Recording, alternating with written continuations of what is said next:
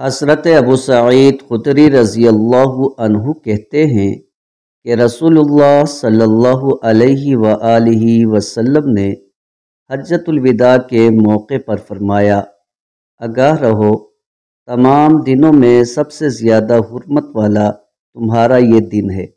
آگاہ رہو، تمام مہینوں میں سب سے زیادہ حرمت والا تمہارا یہ مہینہ ہے۔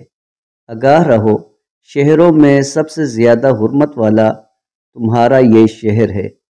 آگاہ رہو، تمہاری جان، تمہارے مال ایک دوسرے پر اسی طرح حرام ہیں جیسے تمہارا یہ دن تمہارے اس مہینے میں، تمہارے اس شہر میں۔ آگاہ رہو، کیا میں نے تمہیں اللہ کا پیغام نہیں پہنچا دیا؟ لوگوں نے عرض کیا، ہاں آپ نے پہنچا دیا۔ آپ صلی اللہ علیہ وآلہ وسلم نے فرمایا، اے اللہ تو گواہ رہ۔